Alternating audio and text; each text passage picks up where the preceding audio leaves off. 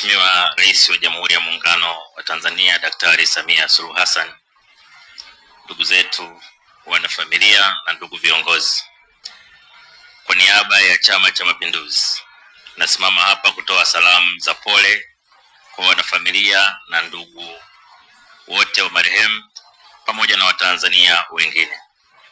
Mheshimiwa Rais, majuzi ulinipa maelekezo ya kutembelea viongozi wakuu wastaafu kupata maoni yao namna ya kuimarisha Chama cha Mapinduzi.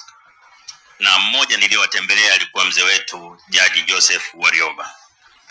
Katika mazungumzo yangu na mzee Warioba, katika mambo aligusia ni uwezo mkubwa wa mzee Msuya. Alielezea jinsi alivyokuwa akijitoa kwa taifa.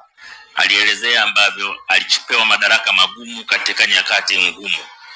Kwa mfano, alipewa waziri mkuu mara tu baada ya vita ya Idi Amin kati ya mwaka 80 na 83. Lakini pia alipewa tena mara ya pili waziri mkuu mwaka 1994 na 95 wakati wa mabadiliko makubwa ya uchumi wa nchi yetu. Kwa mujibu wa maelezo ya mzee Warioba, mzee Msuya alikuwa na moyo wa kipekee. Alikuwa na mawazo mengi ya kujenga. Lakini tabia yako na tabia ya mzee Msuya zinafanana.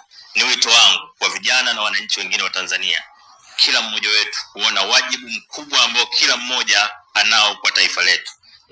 Na kila mtu kufanya kila kilicho ndani ya uwezo wake kuitumikia nchi yake bila kujali sifa anazopata. Chama cha Mapinduzi tutauenzi na kuuthamini mchango mkubwa wa marehemu Cleopa David Msuya, na daima tutafuata yale aliyoyaelekeza.